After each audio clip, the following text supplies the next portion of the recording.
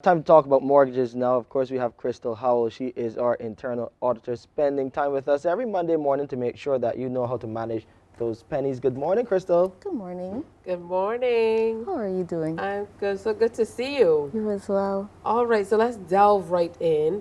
I unfortunately wasn't here last week, but I got a glimpse of what you guys were talking about. And you were at a pretty advanced stage. So let's try to summarize what you did last time so those of us who weren't here can catch up first of all and then move forward. Well, we started looking at the loan application process because we want persons to have a feel for what they'll be getting into, because you come with these great ideas, and then when you start the process you then realize there's so many things you didn't consider.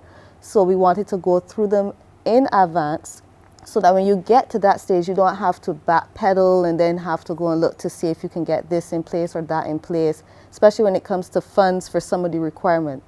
So we started going through some of the basic ones, like the KYC, which is you know your customer information, and the reason why people would ask for that.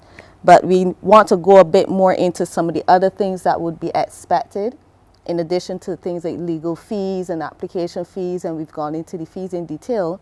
But there are things like the surveyor's reports, which people don't consider, and making sure that you have your purchase agreements, your taxes up to date, land taxes, having that 6 months or so of statements to show that you're a viable option.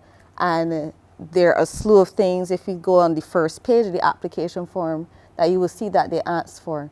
And many persons don't realize how much is involved. And even beyond the application process, they're asking for things like having insurance, both life insurance, house insurance, and then you get overwhelmed because you just barely saved enough for your deposit. And a lot of these things might involve funds that you didn't budget for. So all of these things that you're seeing there on screen are prerequisites, things that you must have Yep. before acquiring this mortgage slash That's loan. to make the application. Yeah. And then when you get into it, sometimes when you pass the application stage and you hear that you should get life insurance comes at a cost. It's not free. And you have to get, sometimes you get contractors all risk insurance if you're building a house, or you have to get house insurance if you purchased a house. Again, that's not free. Yeah. So you have Actually, to add it's that quite on. costly. And you have Yeah, to in add the that grand onto your scheme of budget. things. And I think, especially if people are renting, if you're renting, it can be that much more difficult to try to navigate the crossover between maybe building your home and getting a mortgage, Yeah. and making that move from renting a property into moving into your own property. So you definitely should do researching. Yeah, and Crystal would have made mention last week about people wanting that dream home. Yeah. And sometimes it can put you over budget, but you're saying, all right, yeah, you're going to do all of these things to try to fit it in the budget. And then you hit this. right, you hit this wall. So what do you say to those people? To Well- those people who basically they're taking a risk. That's Yeah. what they're doing. What do you say to those people? I can share my personal experience, and it's not in a textbook, so I will put that disclaimer out there. But what we did was to build out of pocket first. Because of that same thing, we got the application form, and we realized how much was involved. Well, quite frankly, we didn't even qualify at the time. But once we took a step back and we went for advice from so many different people, trying to figure out how people made this work, because people are building houses, so Yeah. they must have made it work. But so many people went the traditional route. But then we found persons who would have gone the non-traditional route of building out of pocket first, and we decided we're going to explore that option. And there's no easy way to do it, but at least this way felt a little bit more within your control. You had to do a lot of work, a lot of homework, a lot of seminars, a lot of reading, a lot of trying to understand what you're getting yourself involved with. But you realize then you can build in phases. Yeah, And- phase development. Yep. Yeah. And knowing where it is that you can leave off, knowing how much you have to save in advance for a particular stage.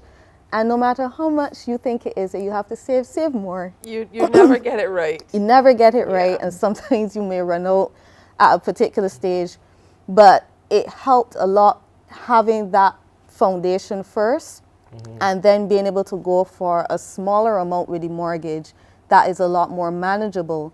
And then when all these other things came in, there's still so many things that I was not prepared for. Because even when you hear you have to get life insurance or house insurance, you didn't know that it's tied to a particular value. So if your mortgage or your home is worth or valued a certain amount, you have to have insurance To cover that. for that particular amount. So you don't get to choose and say, well, I can only afford $500 in insurance, so I'm only going to get $500. They're going to say the mortgage is worth this, so your life insurance has to be that value, which means you have to pay this premium. You think all of this is deterring young people from actually going for a mortgage? It is, and this is why I'm trying to make sure that if persons do decide to get into this, they don't feel completely overwhelmed. I'm not trying to discourage anyone from getting in a mortgage.